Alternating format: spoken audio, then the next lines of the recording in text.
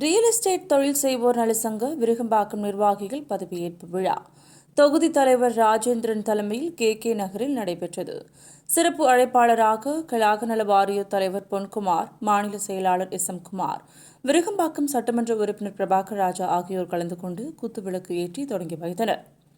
இந்நிகழ்ச்சியில் மாநில துணைத் தலைவர் ரஜினிராஜ், இணை செயலாளர் ஜே நாகராஜ், மாநில அமைப்பு செயலாளர் அன்னலட்சுமி, சென்னை மண்டல தலைவர் வில்லியம்ஸ், சேலம் பிரியாணி நிறுவன தமிழ்ச்செல்வன் ஆகியோர் கலந்து கொண்டனர். நிகழ்ச்சியில் பேசிய பிரபாகர் ராஜா, தமிழக அரசு சிறப்பாக செயல்பட்டுக் கொண்டிருக்கிறது. நல வாரியத்திற்கு பல்வேறு சலுகை வழங்கியுள்ளது. பொன்குமார் நல வாரிய தலைவராக தேர்வானதற்கு பிறகு ரியல் எஸ்டேட் செய்பவர்களுக்கு நல வாரியத்தில் உறுப்பினர்கள் சேர்த்து பல்வேறு நலத்திட்டங்களை செய்து வருகிறார். சட்டமன்ற உறுப்பினராக நான் உங்களுக்கும் என்றும் உதவியாக இருப்பேன் என்று கூறினார். பின்பு பேசிய நலவாரிய தலைவர் பொன்குமார், எம்ஜிஆர் முதல்வராக இருக்கும்போது கட்டுமான தொழில் செய்த தொழிலாளி ஒருவர் அடிபட்டு இறந்துவிட்டார்.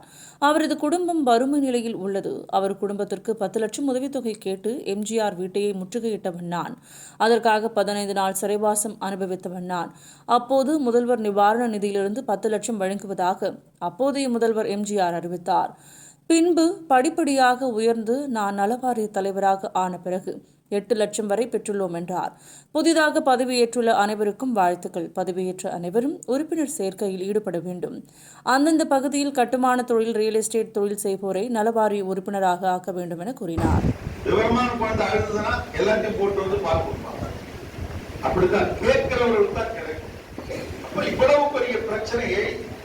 நாம 2 அரசிடத்திலும் கோரிக்கை வைத்தால்தான் அது நிறைவேறும். கோரிக்கை வைப்பது ஒரு ஆளா வைக்கிறதா, ஒரு அமைப்பா வைக்கிறதா என்பது கேள்வி. ஒரு அமைப்பு இருந்தால்தான் அதற்கு பின்னாலே இவ்வளவு மக்கள் இருக்கிறார்கள் என்கிற எண்ணிக்கை அரசுக்கு தெரிந்தால்தான் அவர்கள் இந்த சட்டங்களை எல்லாம் கொண்டு வர வாய்ப்பார்கள். நாம் அதனால்தான் நம்முடைய கோரிக்கைகள்ல பிரதானமா வச்சிருக்கிறோம்.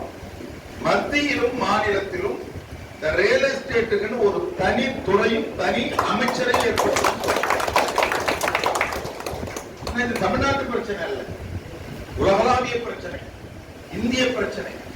இந்தியா போன்ற கிராமப்புறங்கள் அதிகம் நிறைந்த நாட்டில் விவசாய தொழில் பொய்த்து வருகிற பொழுது அவர்களுக்கு வேலை வாய்ப்பை தரக்கூடியது. கிராமத்தில் இருக்கிறவன் நகரத்தை நோக்கி வந்தா வேலை கொடுக்கிறது 2 தான். என்னை அணுகலாம் என்று சொல்லி இருக்கிறார்கள்.